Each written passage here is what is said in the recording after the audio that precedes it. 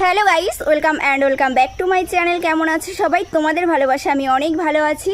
Good morning সবাইকে। তো আমি আজকে একটু লেট করে ঘুম থেকে উঠেছি, আর চলো দেখি মা কি করছে রান্নাঘরে। তো চলো যাওয়া যাক এবার মায়ের কাছে। আর হ্যাঁ, তার আগে তোমাদেরকে বলে দিচ্ছি, আমার ভিডিও যদি তোমাদের ভালো লাগে অবশ্যই লাইক কমেন্ট শেয়ার করে আমাকে একটু সাপোর্ট। মানেটা কি, সকালবেলা উঠে এখন কিনা আমাকে শিউলি ফুলের পাতার রস খেতে হবে, এটা কি মানা যায়? বাট কিছু করার ছিল না, খেতে তো হতোই। তার আগে আমি আম আর মুড়ি রেডি করে রেখে দিয়েছি যাতে আমার তেতোটা একটু কম লাগে। এরপর মাকে একটু হেল্প করার জন্য সবজি কুটে নিচ্ছি। আমার তো সমস্ত রকমের সবজি কোটার মধ্যে দিয়ে আমার মায়ের ভাত হয়ে গেছে। চলো এবার কি কি সবজি কুটেছি সেটাই তোমরা দেখে নাও। মায়ের পাল্লায় এই তেতো খেয়ে আমার জিভের স্বাদটাই চলে গেছে। জানি না আম মুড়ি খেয়ে জিভের স্বাদ আসবে কি। আমার যে কি হলো, রোজ একটা করে আম আর মুড়ি খাচ্ছি, কিন্তু ওই যে আমার যে একটা বাজে অভ্যাস, সকালে চা না খেলে আমার দিনটাই যাবে না। মাকে বললাম তুমি চা বানাতে লাগো, এইদিকে আমি কয়েক গাল মুড়ি খেয়ে নিচ্ছি। তোমাদের সকালের